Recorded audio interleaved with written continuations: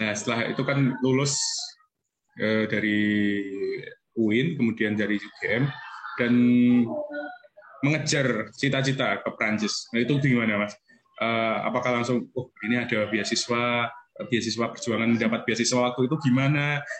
Kan kalau sekarang kan akses informasi kan lebih mudah. Kalau dulu betul, seperti betul. apa? Apalagi Prancis dulu mungkin, susah sekali. apalagi Prancis mungkin akses untuk beasiswa Prancis ke dubes Prancis yang ada di Jakarta betul. Mungkin ya. Itu gimana dulu? Iya, betul. Jadi memang tidak mudah pada saat itu ya, tidak seperti sekarang. Sekarang informasi itu kadang overwhelming, jadi banyak sekali. Bahkan kita harus menyeleksi mana yang kita butuhkan dan tidak gitu. Tapi pada saat itu terutama informasi untuk belajar belajar ke Prancis itu sangat susah gitu. Jadi mungkin tidak well informed. Tapi saat itu saya pede saja. Ketika kita punya mimpi, ketika kita punya cita-cita, insya Allah itu akan mempermudah jalannya. Itu yang saya pegang pada saat itu. Ya, jadi saya hanya punya kemampuan, punya modal mimpi saja dan cita-cita saja. Saya nggak tahu caranya bagaimana nanti, kedepannya seperti apa, saya nggak tahu pada saat itu. Tapi begitu saya selesai di UGM, kemudian setelah itu saya harus menyelesaikan di UIN. Itu alhamdulillah selesai gitu ya, selesai. Kemudian saya saat itu bekerja. Sejak mahasiswa kan saya sudah menikah ya, jadi semester akhir ya saya sudah menikah. Saya belum selesai, saya belum punya ijazah sudah menikah. Maka kemudian saat itu saya bekerja ya. Saya bekerja pertama nulis-nulis ya. Sebenarnya nulis di koran itu bukan pekerjaan sih. Saya nulis di koran nasional, di Kompas, kemudian di Republika pada saat itu. Saya dapat 400.000, 500.000, di Republika dapat 150 sekali nulis kolom. Kemudian saya kalau ke Jakarta, itu saya ambil pada saat itu ya. Lumayan lah, itu cukup untuk hidup keseharian saya dan istri pada saat itu. Saya itu belum selesai. Tapi karena saya punya cita-cita untuk kuliah ke luar negeri dengan beasiswa, maka saya harus menyelesaikan S1 saya di Usuluddin dan selesailah ya. Jadi saya sambil bekerja. Nah, kemudian sebelum saya selesai saya juga bekerja sebagai peneliti di Universitas Muhammadiyah Yogyakarta. Pada saat itu ada musim pemilu ya 2024, kemudian saya menjadi manajer program untuk pendidikan pemilih untuk pemula secara nasional, dan saya bekerja bikin buku, riset dan sebagainya di sana sambil saya kuliah ya, menyelesaikan S1 saya.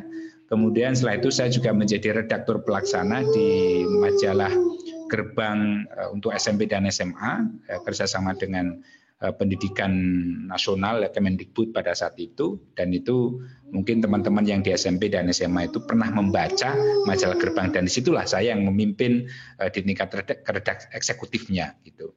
Itu masih mahasiswa. Kemudian saya juga diminta untuk menjadi eksekutif di jurnal inovasi di UMY. Saya jurnal ilmiah di UMY. Mungkin mereka nggak tahu kalau redaktur pelaksananya ini masih belum mahasiswa. Kira-kira seperti itu. Nah, sebetulnya saya sudah menikah, kemudian sudah bekerja ya dengan penghasilan cukup baik untuk di Jogja pada saat itu. Tapi karena saya ingin kuliah di Perancis ya saya harus selesai. Alhamdulillah saya selesai dengan cum laude. Kemudian setelah itu mimpi itu sebenarnya bukan ketika saya selesai kuliah terus kemudian baru mencari-cari beasiswa, tidak. Jadi ketika saya belum selesai, saya sudah mencari informasi, mencari cara untuk bisa sekolah ke Perancis. Jadi waktu saya di UMY itu fasilitasnya tak terbatas untuk akses internet, akses telepon sana dan sebagainya. Jadi sambil bekerja di UMY, saya mencari-cari informasi, dan satu ketika ada informasi, ada peneliti Perancis namanya André Fayah yang cukup terkenal ya, bukunya itu tentang NU dan militer gitu. Kemudian saya cari kontaknya, kemudian saya dapat, kemudian saya kontak ya beliau, dengan bahasa Perancis saya yang mungkin masih sangat dasar pada saat itu. Terus kemudian kita ketemu di Jakarta. Kemudian dia meminta saya untuk kirim CV, terus kemudian kirim proposal rencana penelitian saya. Itu setelah selesai ya, setelah selesai 1 tahun kemudian setelah selesai proposal untuk S2 saya, dan kemudian dia baca. Proposal saya tulis dalam bahasa Inggris, dalam bahasa Prancis, tapi kemudian dia minta saya nulis dalam bahasa Inggris. Saya tulis lagi, mungkin karena bahasa Prancis sangat dasar gitu, aneh gitu ya mungkin ya. Terus kemudian beliau minta saya menuliskan dalam bahasa Inggris. Nah, dari situlah kemudian saya dibimbing ya, diberitahu ini caranya, nanti ada beasiswa biasanya pengumumannya itu dibuka pada bulan Januari, Februari tiap tahun, terus kemudian bulan Maret nanti ada seleksi, kamu daftar aja ke Kedutaan Besar Perancis, terus ya nanti ikutin saja prosesnya. Kalau Anda masuk, lolos administrasi, kemudian diseleksi, mudah-mudahan Anda lolos begitu. Kira-kira seperti itu. Dan alhamdulillah ya, alhamdulillah dari proses yang sangat panjang, dari sejak sebelum saya selesai ya di UIN, tapi saya sudah selesai di UGM tentu saja. Saya sudah mencoba cari cara untuk pergi beasiswa dengan pergi ke Prancis dengan beasiswa itu. Mohon maaf, ini ada anak saya.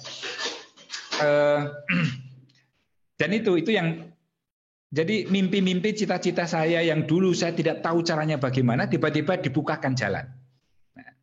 Dibukakan jalan. Ini satu anugerah, satu karunia gitu. Ini mimpi itu penting. Saya percaya dengan sabda baginda Nabi Muhammad SAW, kalau kita bermimpi baik, maka insya Allah itu nanti Allah akan membukakan dan mendekatkan mimpi itu, merealisasikan dan mewujudkan mimpi itu kepada kita. Jadi 1 tahun prosesnya, jadi tidak mudah. Saya cari sendiri, saya berusaha sendiri, yang penting pede, Nah, ketika saya daftar, terus kemudian sampai lolos wawancara ya, dan ternyata pendaftarnya itu pada saat itu sudah semua pendaftar itu ada 800 orang, yang diterima sekitar 5 orang lah kira-kira. Jadi kalau Prancis ini beasiswanya itu sangat sedikit, hanya beberapa orang saja. Dan dari 5 orang itu, kemudian saat itu saya ngambil politik ya, karena tidak ada yang Islamic Studies, saya ambil politik tapi masih politik Islam. Maka kemudian jatah beasiswa untuk des politik itu hanya 3 orang, ya. 3 orang. Dan 3 orang itu saya lihat yang diwawancara itu dari UI, dari UGM, yang memang jurusannya itu jurusan politik atau jurusan hubungan internasional. Nah, saya ini jurusan tafsir hadis, ya. Jadi jurusan usuluddin, ya, ilmu gaib, jurusan tafsir usuluddin, tapi mau ambil ilmu politik. Tapi saat itu saya pede saja. Ketika saya ditanya kenapa Anda pilih jurusan politik, padahal jurusan Anda sebelumnya itu bukan politik, tetapi jurusan teologi Islam, gitu ya. Tapi saya katakan pada saat itu dengan PD-nya, karena saya belajar muhadharah ya di MAPK, jadi PD gitu. Kemudian saya bisa menjawab begini, ilmu politik itu bagian dari ilmu Tuhan.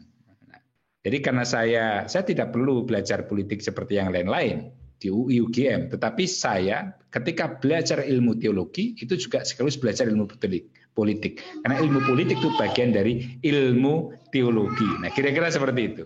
Akhirnya saya nggak tahu kenapa, mungkin alasan saya make sense, atau mungkin mungkin kepedean saya, atau mungkin proposal saya yang dianggap cukup baik, kemudian saya lolos. Saya bisa mengalahkan kawan-kawan kandidat yang belajar ilmu politik di UGM, di UI dan lain sebagainya. Gitu. Jadi menurut saya bekal-bekal tadi ya, komunikasi, terus kemudian kemampuan kita untuk meyakinkan orang lain ya terhadap gagasan atau ide kita, itu saya dapatkan ketika saya belajar 3 tahun di MAPK. Tentu saya juga belajar di pesantren sebelumnya ya. Jadi MAPK ini yang semakin mematangkan ya saya untuk makin pede, makin yakin, makin bisa convincing ya orang lain terhadap gagasan yang saya punya, begitu kira-kira.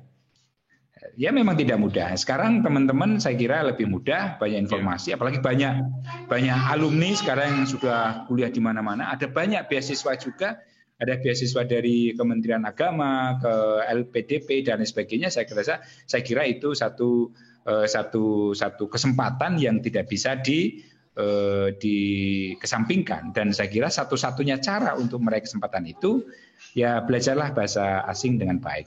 Perkuat bahasa itu, TOEFL-nya, kemudian bahasa Arabnya, syukur-syukur bahasa Perancis kalau mau, atau bahasa Cina, atau ya terserah. Itu saya kira itu menjadi added value dari alumni MAPK. Saya belum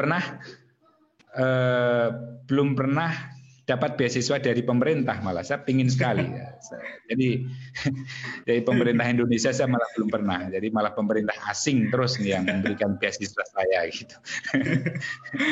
Dulu ketika akhirnya bisa sampai Perancis rasanya gimana, Mas? Waduh, rasanya luar biasa. Itu kayak mimpi. Saya itu masih punya foto, ya, masih punya foto. Saya nadar ketika itu. Kalau saya jadi ke Perancis, saya akan foto di Eiffel dengan kopiah dan sarung. Saya betul-betul itu. Jadi begitu saya mendarat di Paris, ya, saya langsung ke KBRI. Kemudian karena KBRI lapor diri, setelah lapor diri, kemudian karena letaknya tinggal jalan kaki dari KBRI, saya langsung bersama teman-teman ke Eiffel, dan di situ kemudian saya ambil kopiah dan saya pakai sarung saya, kemudian foto. Teman-teman juga heran. Sampai kemudian ada banyak turis-turis asing juga, atau orang Prancis juga heran. Kemudian mereka itu lihat saya foto-foto pakai kopiah dan pakai sarung tadi itu. Katanya unik. Ini dari mana ini ya? Kira-kira saya dari Indonesia, saya baru datang ya. Itulah nadar saya, alhamdulillah bisa saya penuhi, dan saat itu luar biasa. Jadi saya orang kampung, saya belum pernah naik pesawat jauh ke luar negeri gitu ya, tiba-tiba kesampaian ke Prancis yang kurang lebih 20 jam ya, naik pesawat gitu ya, dari Jakarta ke Paris, dan situasinya beda sekali. Beda dari Solo, beda dari Jogja, dan beda dari Jakarta. Memang betul kayak seakan-akan saya berada di dunia lain gitu loh, dan yang lebih mengasihkan pada saat itu adalah, ini mimpi saya ini. Ini saya cupit-cupit itu, tangan saya ini benar mimpi atau enggak gitu. Oh, ternyata benar, sakit. Tangan saya ketika saya cupit itu sakit gitu ya.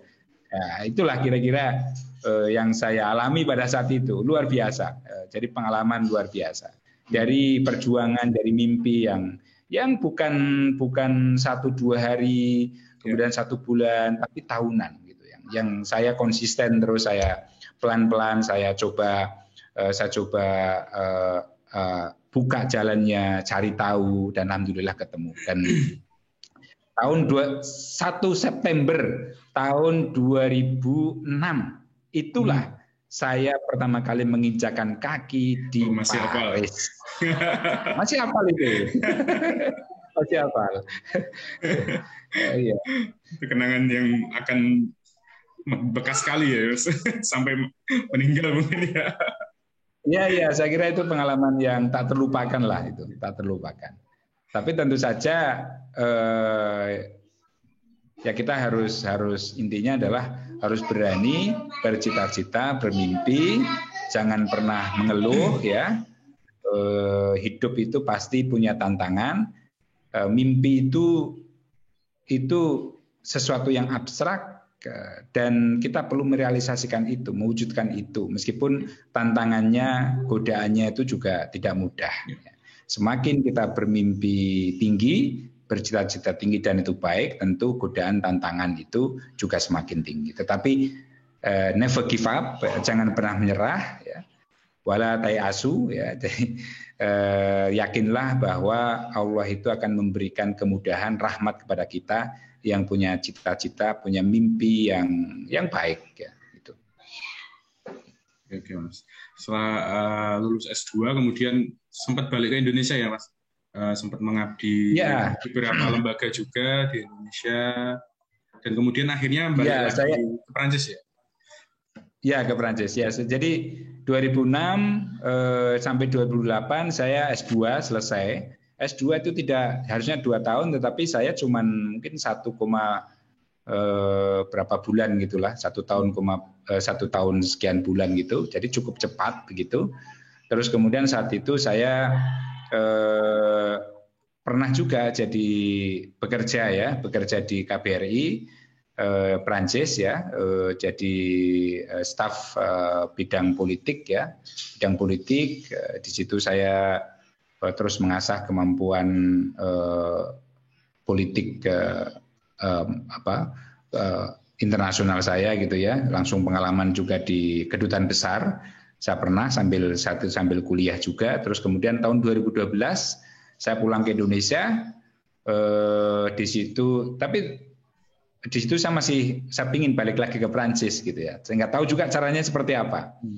Karena pada saat itu ada krisis global juga menghantam Prancis, tidak ada beasiswa lagi seperti dulu pada saat itu, sehingga menutup kemungkinan saya untuk balik lagi dengan beasiswa gitu.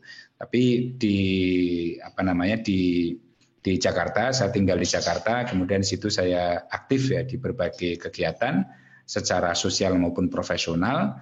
Secara profesional begitu saya tiba di Jakarta itu ada 11 mungkin ya tawaran profesional yang meminta saya untuk memilih gitu. Jadi saya harus memilih job kira-kira di Jakarta gitu. Kemudian saya pilih 3. Dari 11 itu saya pilih 3. Kebanyakan di kampus ya. Di kampus ada ITB, IPB, kemudian ada Unpad, kemudian ada Unsud, ada kalau di Jakarta itu ada UIN, kemudian ada yang lain-lain. Nah, pada saat itu karena saya harus survive ya di Jakarta, saya ambil 3 saja. Jadi setelah menginjakkan kaki pertama di Jakarta, saya ingat itu pukul 6 pagi saya sudah dijemput kawan saya. Dia sekarang jadi direktur Amnesty International. Itu dia minta untuk aktif di satu lembaga NGO gitu. Kemudian dia bikin di law firm. Jadi saya pernah bekerja di law firm, mendirikan law firm dengan kawan saya tadi itu. Dia seorang pengacara. Kemudian saya diajak dia untuk membuat satu law firm, jadi kantor pengacara. Tapi saya bilang pada saat itu saya bukan orang hukum, tapi seorang politik ya. Mungkin saya tahu tentang Islam. Oh nggak apa-apa, Anda jadi konsultannya saja. Akhirnya berdirilah law firm tadi itu. Nah dari law firm kemudian saya punya kantor ya di Tebet. Kemudian di situ kemudian kita bikin satu organisasi sosial NGO yang namanya Public Virtue Institute. Sekarang masih ada. Saya sekarang sekjennya.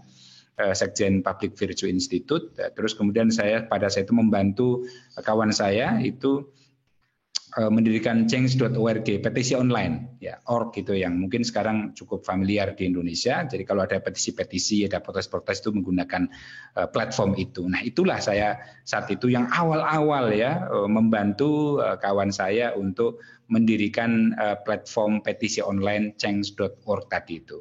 Nah, kemudian saya menjadi begitu saya menginjakkan ke Jakarta, saya dipanggil oleh salah satu wakil ketua MPR pada saat itu ke kantornya di Senayan. Kemudian saya saat itu diminta datang dan kemudian ditawari pekerjaan untuk menjadi staf ahlinya gitu. Jadi tapi saat itu saya bilang saya tidak bisa ngantor tiap hari. Oh enggak apa-apa, nanti kita ketemu tiap hari Jumat saja. Tapi by phone saja. By phone kalau saya mau ketemu wawancara orang, wartawan dan sebagainya, tolong nanti saya dikasih masukan dan sebagainya. Tapi saya punya kantor di Senayan, ada kantornya dan lain sebagainya. Saya sering juga memanfaatkan di situ. Kemudian yang ketiga, pekerjaan profesional yang ketiga, saya juga ditawari untuk mengajar di Fakultas Ilmu Sosial dan Politik FISIP UIN Syarif Hidayatullah Jakarta. Dan karena passion saya di pendidikan dan saya masih ingin sekolah, maka saya terima tawaran itu dan saya menjadi dosen ya di sana sejak tahun 2012 sampai 2016. Nah 2016 kemudian ada satu sosial, karena saya background saya secara kultural Muhammadiyah, maka kemudian pimpinan pusat Muhammadiyah meminta saya untuk menjadi direktur utama di Lazismu, Lembaga Mil Zakat Infak Sedekah Muhammadiyah. Dan alhamdulillah sekarang Lazismu cukup dikenal masyarakat secara luas. Di Solo saya kira juga ada dan cukup aktif. Dan sampai sekarang saya masih di Lazismu, tidak lagi menjadi direktur utama. tapi sekarang saya masih di badan pengurusnya atau semacam komisaris lah kira-kira. Tapi komisaris ini jangan dibayangkan sebagai komisaris di BUMN ya. Kalau komisaris di lembaga sosial seperti Muhammadiyah atau NU itu ya pro bono, kira-kira seperti itu. Lillahi ta'ala gitu. Ikhlas beramal. Gitu. Jadi, ya ikhlas beramal, betul-betul ikhlas beramal. Tapi kita mengharapkan pahala, ya, kira-kira mendapatkan pahala. Itu jadi saya di Lazismu 2 tahun ya, sejak 2016 sampai 2017 penuh gitu ya. Karena saat itu kemudian saya mendapatkan fellowship ya, tawaran atau beasiswa untuk riset di Singapura ya. Di Singapura itu saya di kampus nomor 11 di dunia, namanya NTU, Nanyang Technological University. Saya diterima di sana. Itu pun saya tidak pernah melamar dan sebagainya, tapi mungkin karena mungkin rahmat Allah gitu. Jadi ada profesor yang ketemu terus kemudian menawarkan saya untuk pergi ke Singapura dengan fellowship ya. Dengan fellowship tadi itu penuh. Jadi saya akhirnya kemudian resign dari Lazismu, kemudian untuk menekuni bidang yang ingin saya kaji ya, bidang politik, bidang Islam politik, demokrasi dan sebagainya di Singapura. Dan saya tinggal di Singapura selama 2 tahun, terus kemudian saya mendapatkan tawaran lagi. Nah, ini terakhir mungkin saya akan cerita soal beasiswa. Saya mendapatkan email dari profesor saya, lama tidak ketemu, kemudian kirim kabar, Anda di mana sekarang? Saya sekarang sedang di Singapura. Ngapain kamu di sana? Oh, saya sekarang sedang riset, saya di NTU, saya sudah publikasi internasional di sini dan lain sebagainya. Akhirnya kemudian, gimana kalau kamu itu sekolah lagi ke Prancis? Ayo coba kita carikan beasiswa. Nah, kira-kira seperti itu. Jadi sebenarnya sudah tidak ada pikiran lagi ke Prancis untuk studi, karena saya sudah mungkin dari sisi usia tidak semuda dulu lagi ya. Saya juga keluarga saya juga semakin berkembang, saya sudah punya anak 3 pada saat itu. Jadi Prancis itu jauh sekali, dan kalau ke Prancis harus bawa keluarga dan keluarga saya, anak istri saya, dan itu dari sisi cost ya, dari sisi dana juga butuh dana yang besar gitu ya. Apalagi beasiswanya kan juga biasanya cuma 1 gitu. Nah, pada saat itu saya ingin sekolah saja di Singapura karena saya sudah mendapatkan tempat di Singapura dan profesor yang cukup baik, iklim yang cukup baik juga di Singapura, fasilitas juga, kemudian beasiswa juga gitu ya, ditawari gitu ya.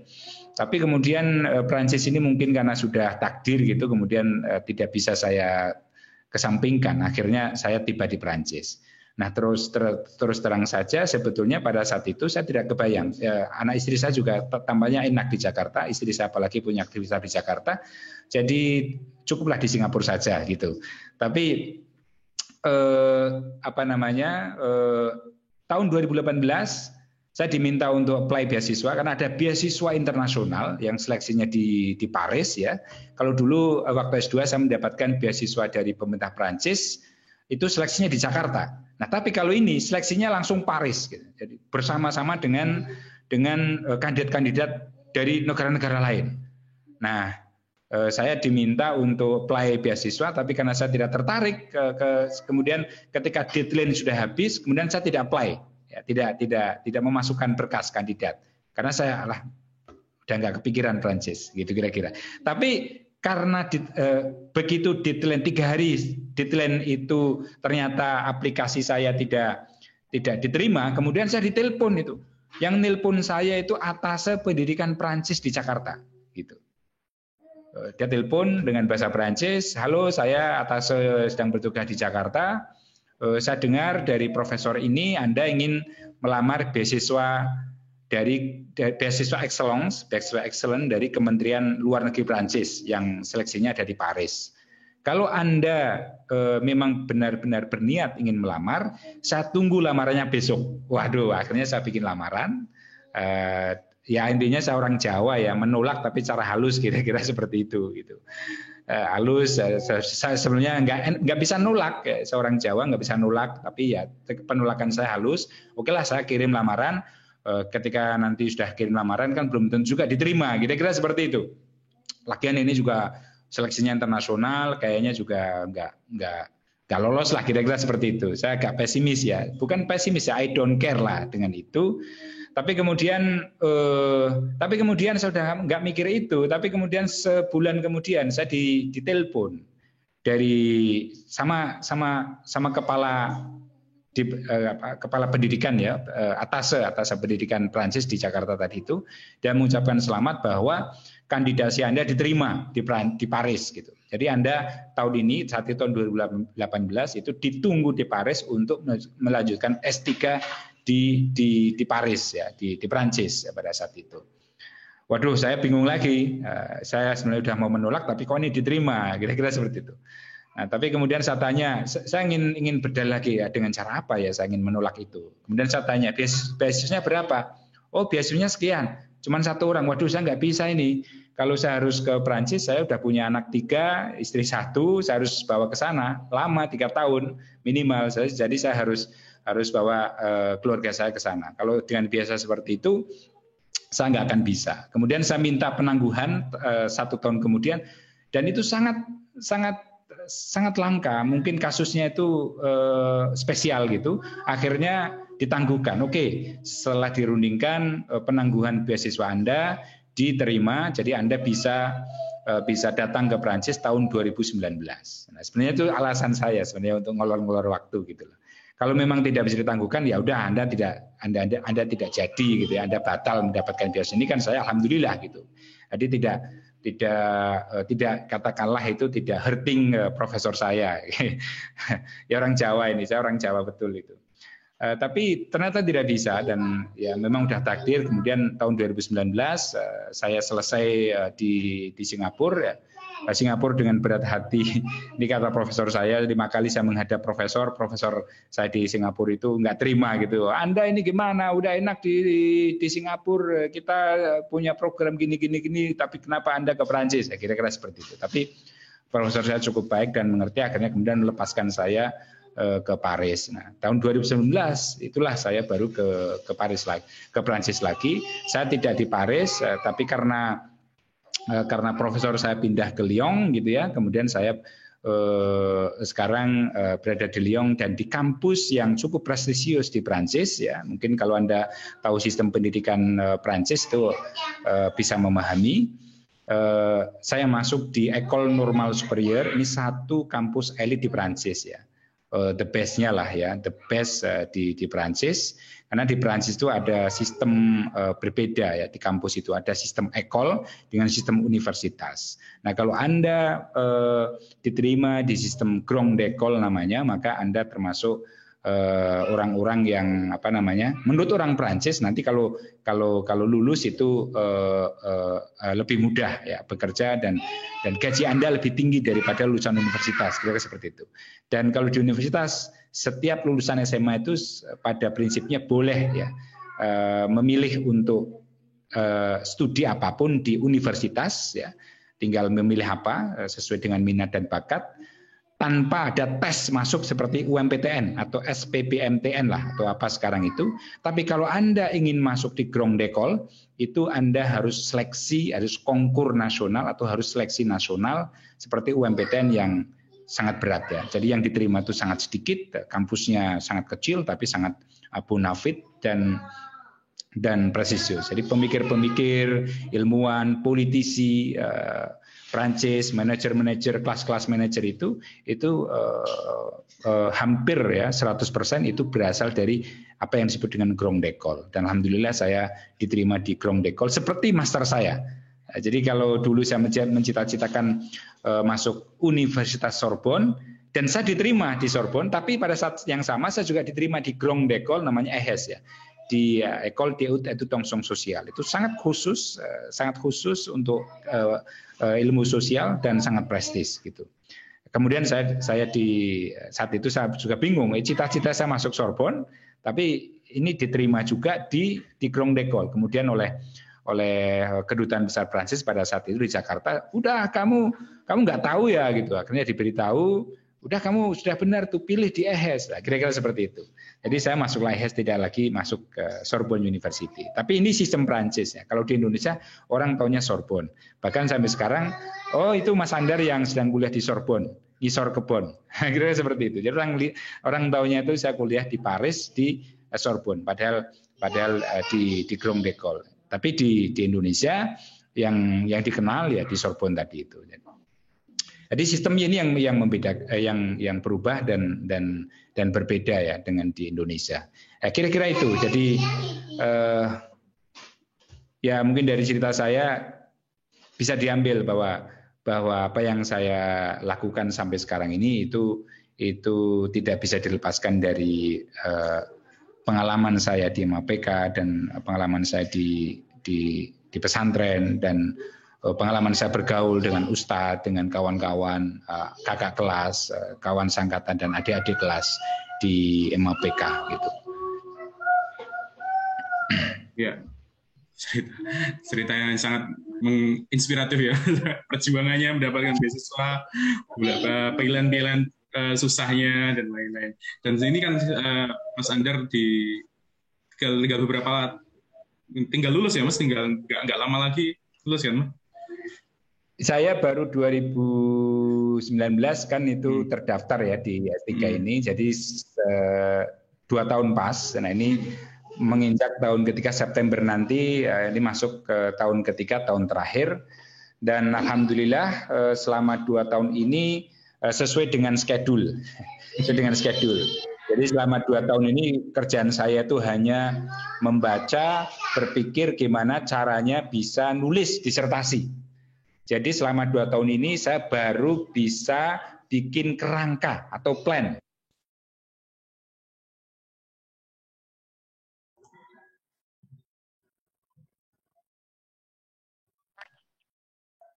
Halo? Ya, halo Mas. Ya, mati yang satunya ini aja ya. Oke. Jadi lanjut, tadi sampai mana ya? Oh ya. Sampai mana tadi lupa saya. Plan Mas, 2 tahun di. Oh ya, jadi selama 2 tahun itu ya plan. Plan itu isinya cuma 1 halaman sampai 1,5 halaman. Tapi itulah inti dari disertasi saya yang harus saya tulis. Jadi saya sudah seminar di depan profesor dan profesornya sudah setuju untuk menulis. Jadi saya diminta untuk menulis. Saya punya kesempatan 1 tahun terakhir ini untuk menulis. Mudah-mudahan saya bisa lancar dan tahun depan bisa selesai ya. Paling tidak sudah ada draftnya secara utuh, tinggal supervisi dan sebagainya. Ya mudah-mudahan saja. Saya mohon doa dari kawan dan para asatid semuanya. Ini dan kemarin saya sempat baca di beberapa medsos di kalangan lazismu di Muhammadiyah bahwa Mas Andar baru mendapatkan penghargaan ya Mas. Saya bacanya Prix Mahar. Waduh ini saya bacanya agak susah ya Pak. Skuzenberger.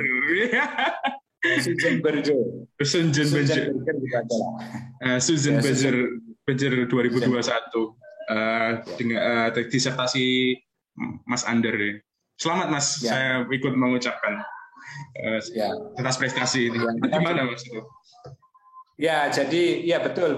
Ya, jadi tahun ini 2 tahun saya sekolah S3 itu saya alhamdulillah mendapatkan award dan juga mendapatkan beasiswa gitu untuk dari beberapa institusi terkemuka ya di Prancis.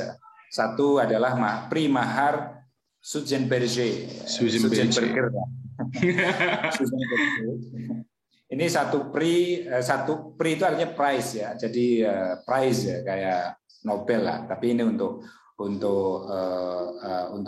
S3 di Prancis ini satu prix yang sangat prestisius ya. Alhamdulillah saya berhasil dianugerahi pada tahun ini. Dan prix ini sebenarnya sudah sejak lama, sejak tahun 1991 ya. di tiap tahun diadakan, tapi tahun 2020 karena pandemi tidak ada, baru tahun 2021 diadakan kembali, dan saya alhamdulillah terpilih menjadi awardee-nya, menjadi yang menerima penghargaan itu. Saya kira ini anugerah ya, alhamdulillah saya juga bersyukur mendapatkan apresiasi dari kertas kerja penelitian saya. Jadi saya belum selesai.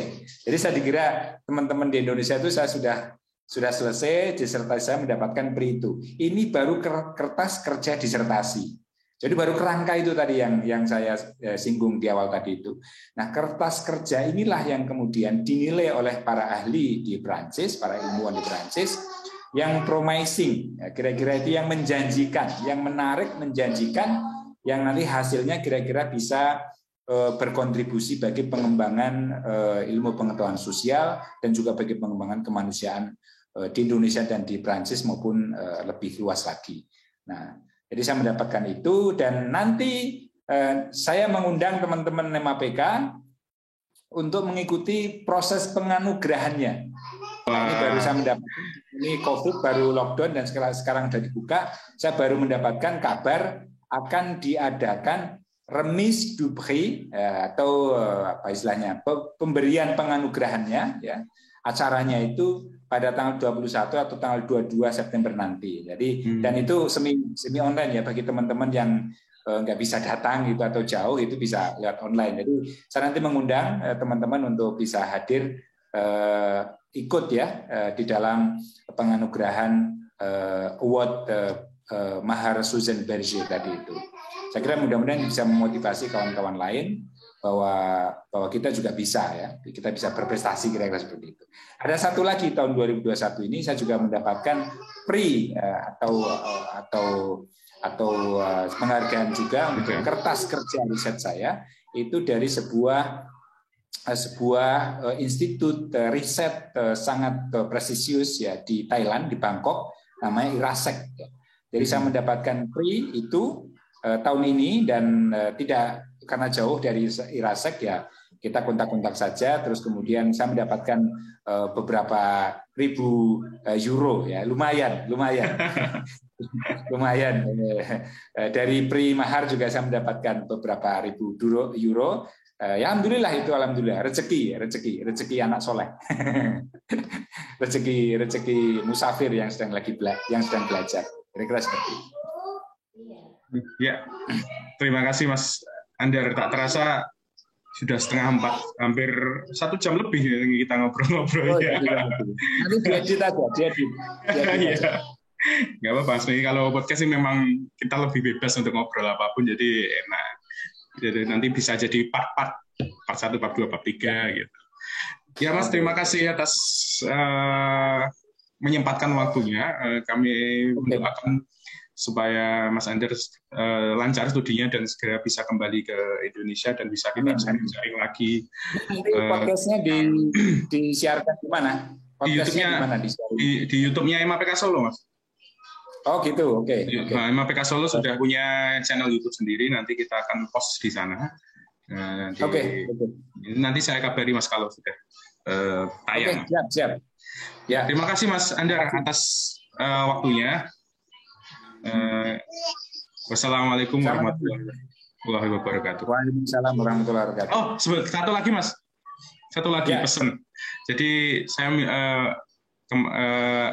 pesan kepada adik-adik MAPK Mas. Tapi pakai bahasa Prancis Mas. Pesan sesuatu kepada adik-adik MAPK yang sedang menempuh, yang sedang jadi santri di MAPK atau yang sudah alumni yang masih pencarian hidup mereka masih bingung gimana, ada pesan khusus nggak? Pakai bahasa Prancis dan diartikan Mas. Bonjour mes amis, mes collègues, MAPK Surakarta. Soyez pas peur, soyez pas pragmatique. Dans la vie, on doit confronter beaucoup de problèmes de vie, de notre vie. Donc, il faut envisager, il faut confronter sans avoir peur. Soyez optimiste et ayez un grand rêve. Parce que tous les grands hommes, ils sont grands rêves. Jadi teman-temanku, kawan-kawanku di MAPK, terutama adik-adik, jadi jangan pernah takut, tetap optimis, dan jangan pernah menyerah, karena hidup itu penuh tantangan, maka kita harus berjuang untuk menghadapinya tanpa rasa takut. Saya kira itu. Ya, terima kasih. Masih kurang sekarang. Udah, itu saya udah pusing banget. Saya pahamnya cuma sway positif aja. Ya, ngeblank. Ya, terima kasih Mas Andar atas waktunya. Ya, nanti diedit aja lah. Iya. Terima kasih, Mas. Assalamualaikum warahmatullahi wabarakatuh. Warahmatullahi wabarakatuh.